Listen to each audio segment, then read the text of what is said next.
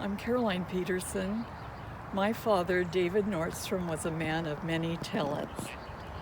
He was number 5 in a family of 9 children. He was born in Juneau, Alaska, and raised in Seattle. He had a beautiful Swedish tenor voice, and he played many musical instruments. He loved the Lord and established a Christian home. Mechanical things came natural to him.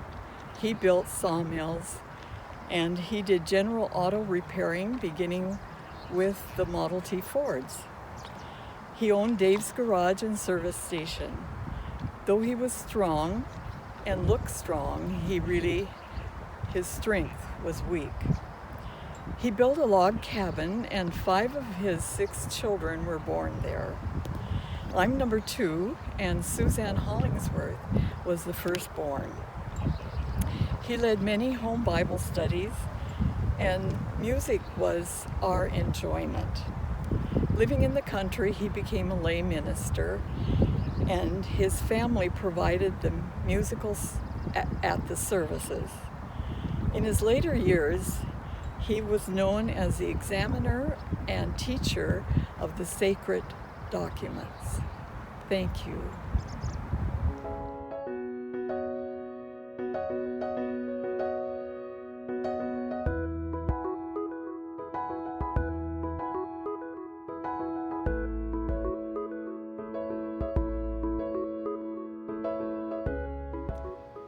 My dad was born in 1904 on a farm near the town of Fayette, Illinois. He graduated from a college in Alton, Illinois, across the river from Mississippi, called Shurtleff Small Baptist College, and there he met my mother. They were married a few years later, and he got a job at the Franklin Life Insurance Company in Springfield, Illinois, right at the bottom of the Depression. He worked there for 35 years and eventually was vice president in charge of underwriting. So this is a picture of my mother and dad. My favorite memories of him, among my favorite memories, were summertime in late August when our family would go to a family camp sponsored by the Springfield, Illinois YMCA. The camp was 370 miles north of Springfield on an island in a lake in the what were called the chain of lakes, the Waupaca chain of lakes. We had a lot of activities on the island. We got out to the island on a motor launch, towing a bunch of canoes that we would rent for the 2 weeks we were there. And we spent our time playing softball, volleyball, and various games, and lived in a canvas tent. One of the features in the first event in the morning was what was called a polar bear swim, which was announced by the camp director as he, or yelled, I should say, as he went through the tents. And anybody who was interested would go down to the lake for a plunge in the cool water at that hour. Not many people did that. So the people who did became members of what was called the Polar Bear Club. So it was the Polar Bear Swim. My dad, my brother, and I were members. The problem was that if you were a member, you were expected to show up every day. And on a cold day, that wasn't appealing. So one day, my dad slept in. And he regretted it quickly because he was rousted out of bed, pulled out of his bed in his pajamas, carried down to the lake by several men, and tossed in the water.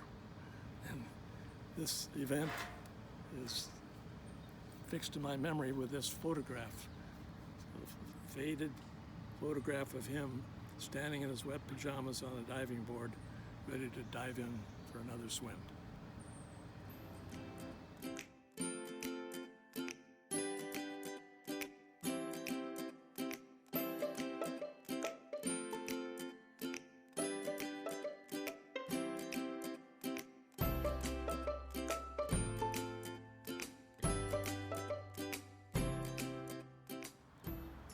Hi, my name is Gloria Otteson, and I'll just tell you a little bit about my daddy, who is very special to me. I grew up mostly in Minneapolis. My dad grew up as one of 14 children in a farm family, and when difficulty struck the farm, they lost the farm. It was during the Depression, and he moved to Minneapolis and eventually became a very fine businessman, which took many years, but he was a very hard worker. During this time, the tragedy struck because my mother, when I was 2 months old, found out that she had tuberculosis and had to be gone for a long time.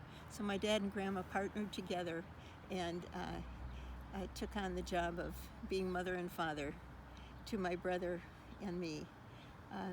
One of the things I remember most from my childhood was how my dad would work hard during the day and come home in the summertime and put the inner tubes in the trunk and take us to a lake and take us swimming.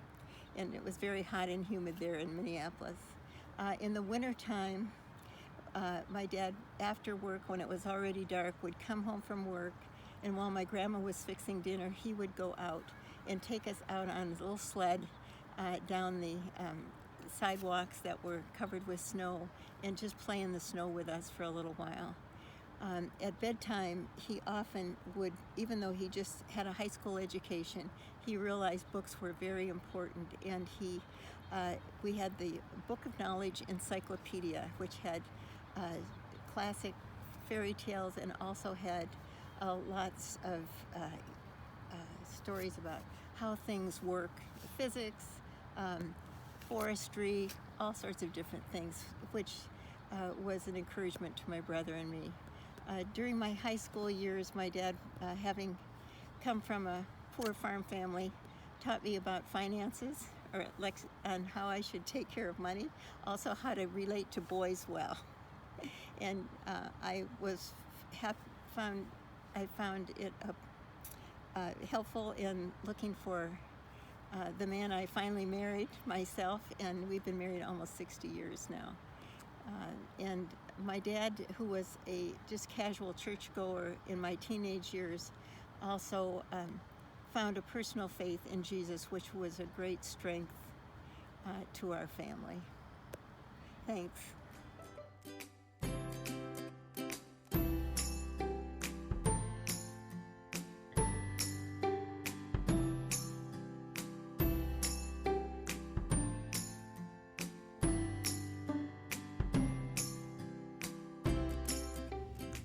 Hi, I'm Bob Wiley. My father was kind and loving, an attorney, and during my rambunctious preteen years, most of the time together was spent at the dining room table. This changed as war became probable. Dad had a close friend who ran a company in New Jersey that produced much needed insulating wire for military and civilian ships. Demand increased rapidly. Dad helped in the acquisition of paper in the state of Wisconsin, which was in limited supply. By early 1942, Dad started spending time at the New Jersey plant.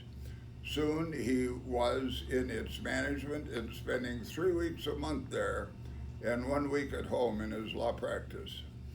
I was a healthy, active teenager. Dad's return visits were nice and kept me in touch, but not closely so. The war ended in August 1945.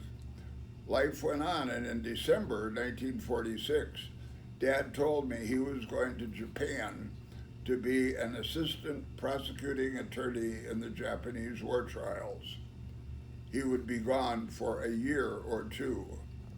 I would be graduating from high school, planning the next educational steps, and continuing to help Mother as we ran the house and made decisions with only limited input from him. Dad returned on business several times, but the months became 2 years. I went on to a preparatory school in New Hampshire, Exeter Academy, and then Harvard College, with limited input from Dad. There's no question about his having a positive influence on my values and all aspects of my life. Some of this was done quite remotely, but it was done.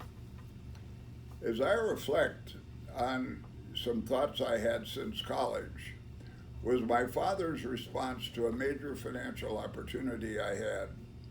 I had joined the Naval ROTC, but had no financial benefits and agreed to stay on active duty for 2 years following graduation. I was offered an opportunity to transfer from being a regular student to being a contract one. The difference was thousands of dollars a year.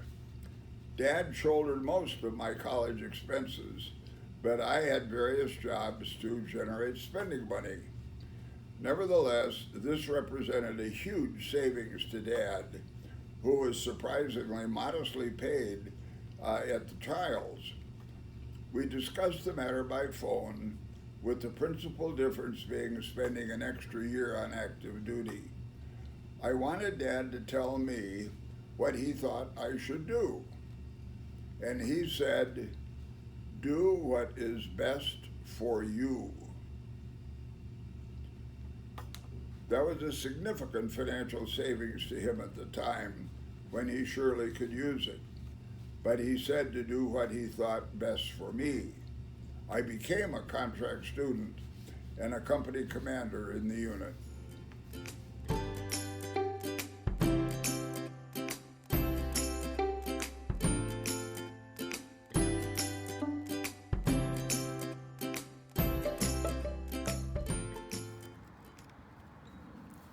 I would like to read you a letter from my dad when I was about 7 years old.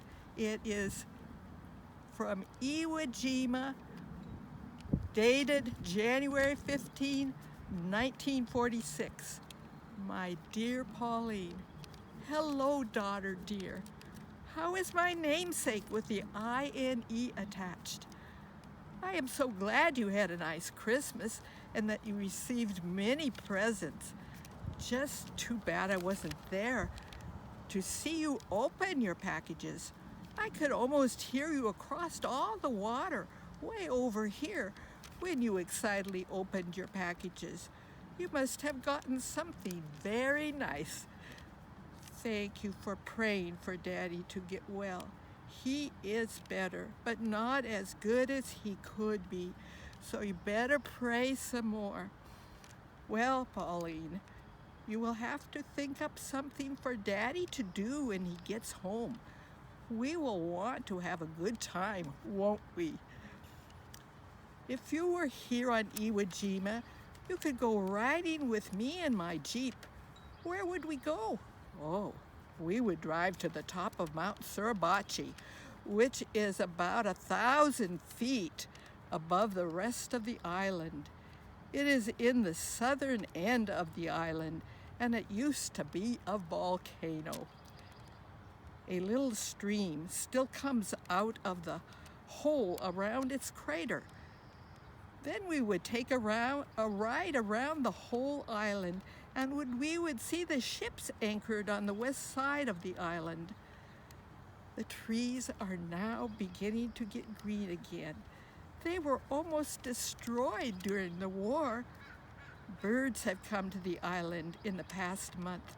There is a large grayish-brown bird with long legs that has just come here. He walks with great strides. Then when you get a little too close to him, he starts to run. And if you get any closer, he spreads out his wings and flies away. He makes use of his wings. If you run fast enough, well, I'm afraid you would soon get tired of Iwo Jima. So I guess you better not come here. Lovingly, Daddy.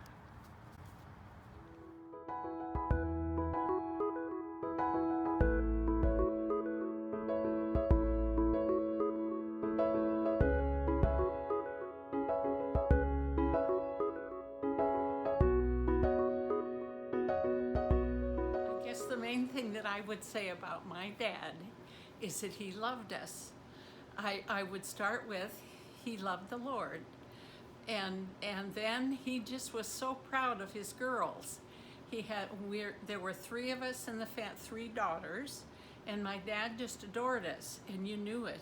Even our friends knew it. I talked to a friend this morning, and I said, what would you say about my dad if you were to speak? And she said, I would say he loved me. And that was just a friend. My dad enjoyed having fun. My dad enjoyed people. He just loved to be around people. And I guess maybe some of you here at Covenant Shores might remember him. He would always join in, and my mom would too. My mom was always the organizer, and Daddy would just have fun. And when they had a need for a Santa Claus, my dad would be Santa Claus, and my mother would dress up like Mrs. Claus.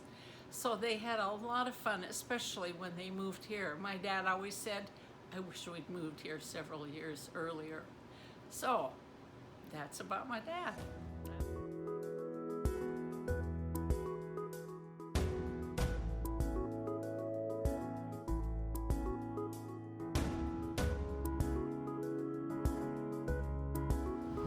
Father's Day. That's always a very special day for me because, well, I'm a father.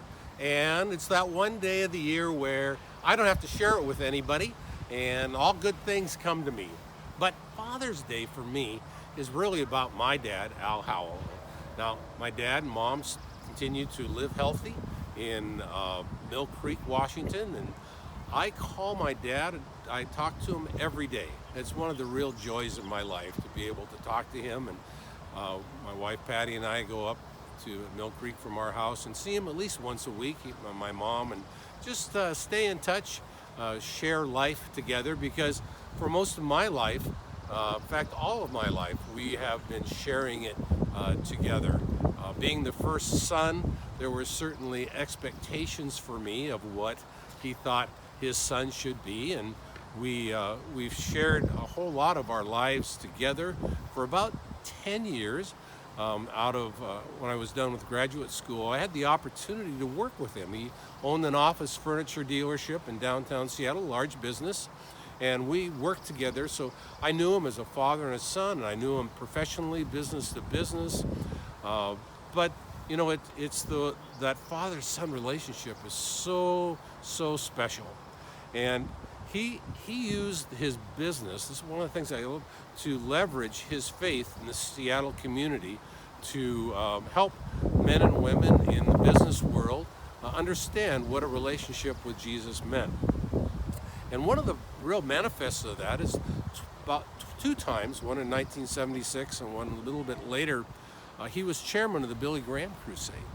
And he got to know Dr. Billy Graham pretty well, and he and Dr. Graham were having a conversation once, and Dr. Graham says, you know, I can't ever go out just for a restaurant because I get people want autographs, they want counseling, and his son Franklin Graham was at Seattle Pacific University at that time, and so my dad said, you know, why don't you just come over to our house for dinner after church on Sunday?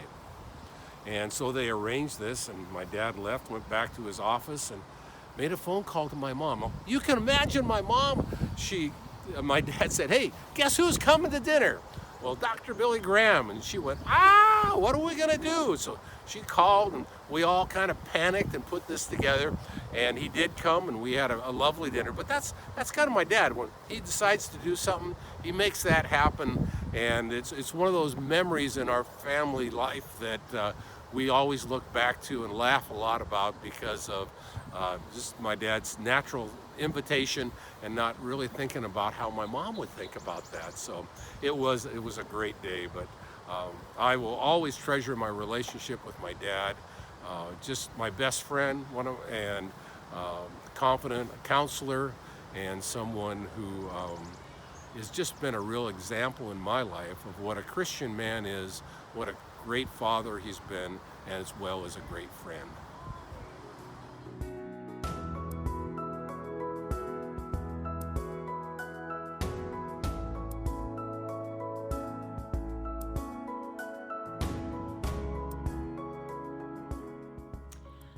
I love thinking about my dad because he was such an example to me of a loving, wonderful father. He was a man of integrity and honesty, patience, and he would do anything for my mother or Polly and me at any time, even though he was a busy doctor. Somehow he managed to give us just a lot of his time, and we so appreciated it. One funny little story, I was asking my son about him the other day, and he said, oh, when we went to Hawaii, Mom, it's so funny. We dressed in kind of Hawaiian clothes. The whole family went with my dad some years ago. And he went, as usual, in his dress suit and hat. And the boys thought that was so funny. So anyway, that's what his uniform was, his suit all the time, because he never knew when he was going to be called out.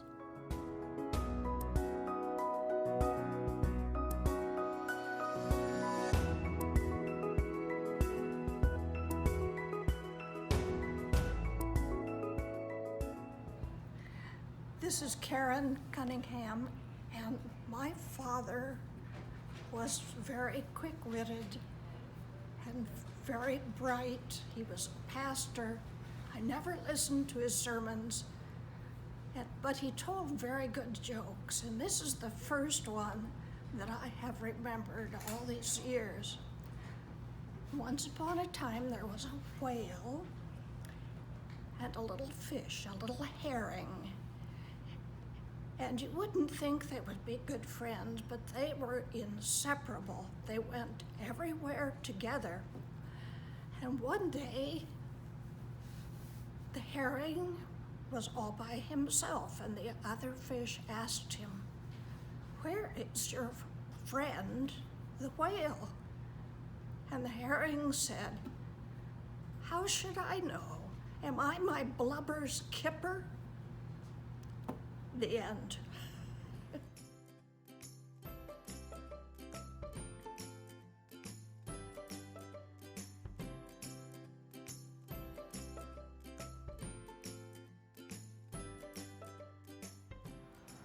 Yeah. No, the Father's Day was the biggest day for my father, visiting from Norway when he was quite a bit older. And the thing was, living on Mercer Island, which we did at that time, he could wear shorts going for a walk, which, of course, coming from a city in Norway and being a dentist, you just could never go around with shorts on. So he just enjoyed that so much. He went for walks every day as long as he was here in shorts, just because so he could do it. He was a walker, so that was his special Father's Day gift when he was here at that time, and we gave him shorts for his Father's Day.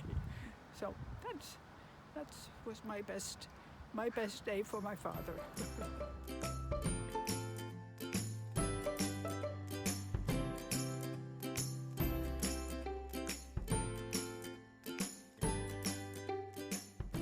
My dad was 6'6".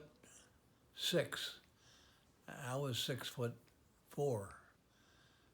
And so one of the things I really remember was he ended up as a manufacturer of Farm Bureau fertilizer, the state of Minnesota.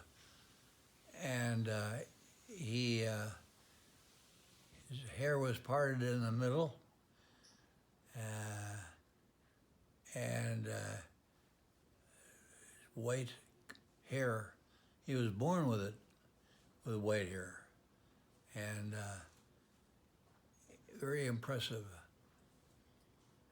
One time I remember at Rotary, he was president of Rotary in St. Paul, Minnesota.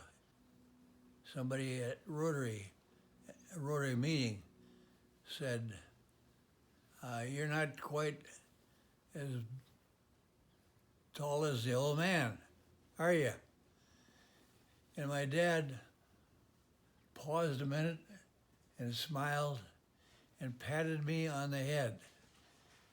and looked down and said with his smile on his face, "Yes, that's true. I barely got my seed back."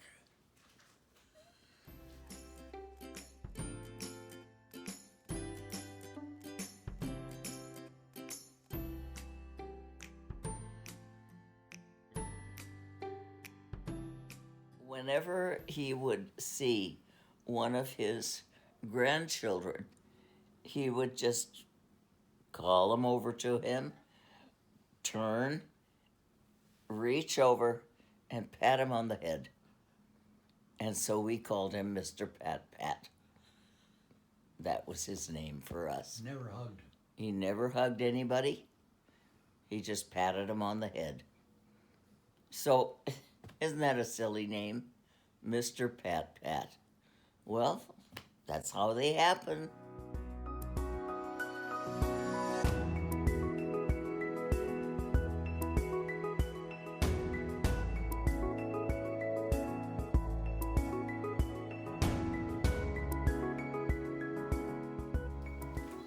Hi, happy Father's Day to those of you who are still around here and fathers. I have great memories of my dad. We lived in Detroit, and those of you who are familiar with Michigan, you might know where Houghton Lake is. It's up north of Lansing in the middle of the state. And for a few summers of my childhood during these years, we would go to Houghton Lake for a week or two, and we'd go fishing and swimming and everything. And this is my dad and me and my little 18-month-old brother, and we'd been out fishing. And this is a sweet memory of those summers. The other thing I love to remember is that my dad designed and had a house built for us in Detroit when I was 4 years old, and we were there till I was 12.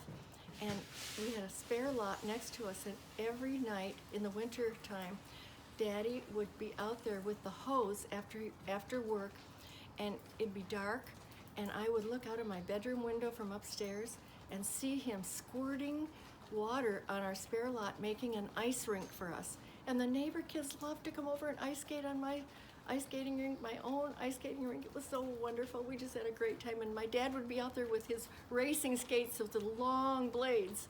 It was great. What a wonderful memory.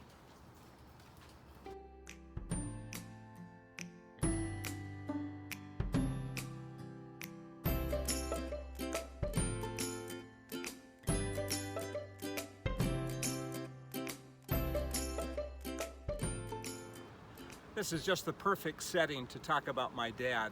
Resurrection tree in the background, 12 years since my dad went to heaven, and I think of him every day. Being on the putting green, it was my dad who taught me how to play golf when I was 10 years old. I will forever be grateful. It was 75 years ago this September that my dad was on the battleship Missouri observing as an eyewitness the surrender ceremony that ended World War II. But what reminds me most of my dad is this letter he wrote to me 30 years ago, in which he reminded me how proud he was of me and how much he loved me. He came from that generation where love was not always expressed. So I'm grateful for tangible evidence that I keep tucked in my Bible, that I had a dad who was proud of me and loved me. I just want to encourage those of you who still have living children to communicate in a tangible way your love for them that they could refer to long after you're gone.